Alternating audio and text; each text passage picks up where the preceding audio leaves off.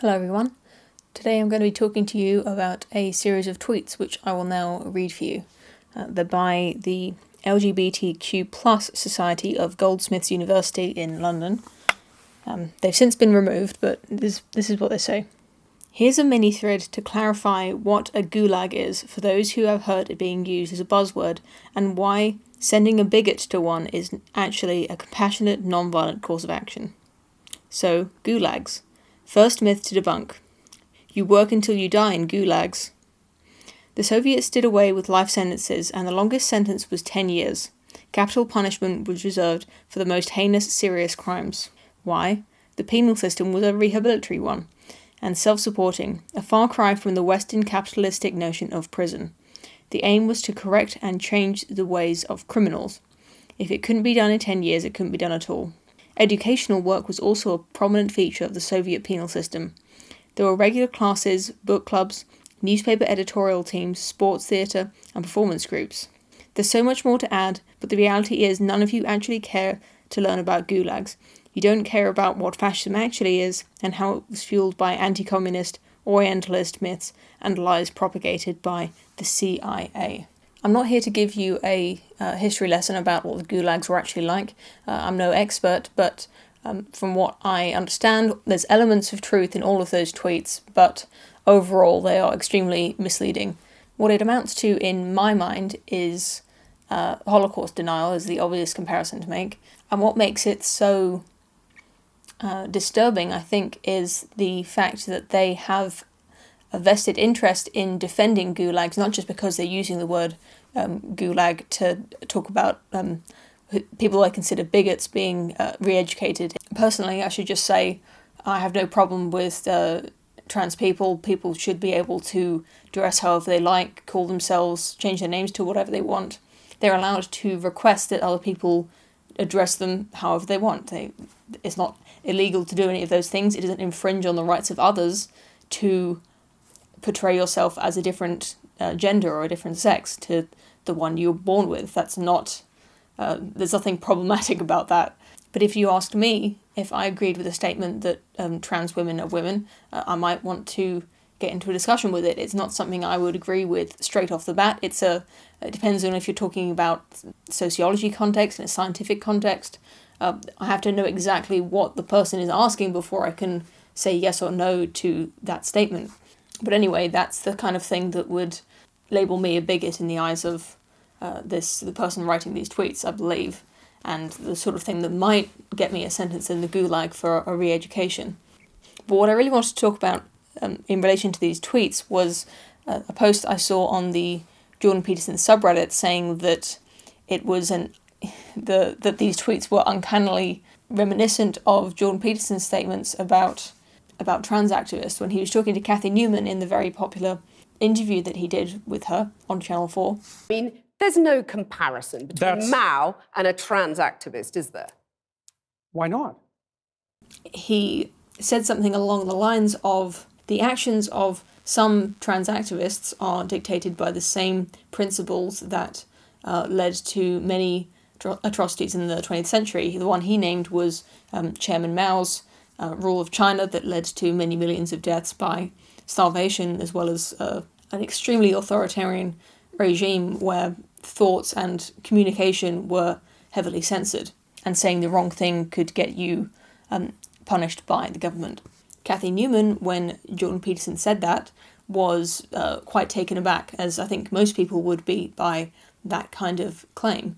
It's not obvious what the link between caring about trans people or trying to make sure trans people are treated equally by society, that they are treated with the same respect and having all of the same rights as any other person. It's not obvious what that has to do with an authoritarian regime. But when you look at tweets like this, you can see a connection. And that's not to say that all trans activists think like this. Of course they don't. This is just one person. There may be a few others. But it doesn't matter that it's only one person, because now suddenly you can see the connection. This is just the visual image that came to mind when I was thinking about this. It's going to be a bit awkward because I have to hold my mic, but imagine this is the spectrum as most people understand. the human behavior or human beliefs. And on this end, you have people who believe that everybody should be treated equally with compassion and respect, and that their rights should be equal under the law, should be treated equally by society. And on this end, you have gulags, Soviet Union, Mao's China, and they're completely disconnected in the minds of most people. They don't understand how these two things could be linked. And you see the post like this, and you go, oh, these things actually fit together, right? It's actually a circle. I'm not saying that human behavior and beliefs are in a circle. I'm just saying that it's a connection that you thought was really far apart, but it's connected. It's two things that were completely a million miles apart in the minds of most people. But then you see something like this about re-education and gulags, and how not conforming to a specific idea of what trans people are is a gulagable offence. And it makes sense. And it doesn't mean that trans rights activism is going to lead to an authoritarian regime. Of course it doesn't. That won't necessarily happen. It's just to say that the philosophical ideas are similar. The idea that people should all be equal and that there's these bigots in the world that are stopping this from happening, it's pretty similar to the ideas that the communist and socialist revolutionaries had, that it was just the rich people stopping everybody from being equal, and that if there were just not as many rich people, we divided up the wealth and suddenly everybody could be wealthy. And that if you were against that, then you're evil and you need to be re-educated in the gulag. Or if you're even mildly critical of the way that it's being done, that is also a crime against the state. I don't exactly know what most people think about authoritarianism in general, but I think most people have this idea that authoritarians are extremely cruel, unfeeling, unempathetic people. And that's not necessarily true. Authoritarianism can come in the guise of compassion. It's possible. And we can see how. We can see how that can happen. Because there's a compassionate side and an evil side to everybody. And all people want to believe that they are doing good in the world. And they want to write themselves as a hero. And to believe what they're doing is good. So they mask this evil behaviour in compassion, or rather you could say equally that their compassion and empathy is going to such an extreme extent that it triggers this evil behaviour.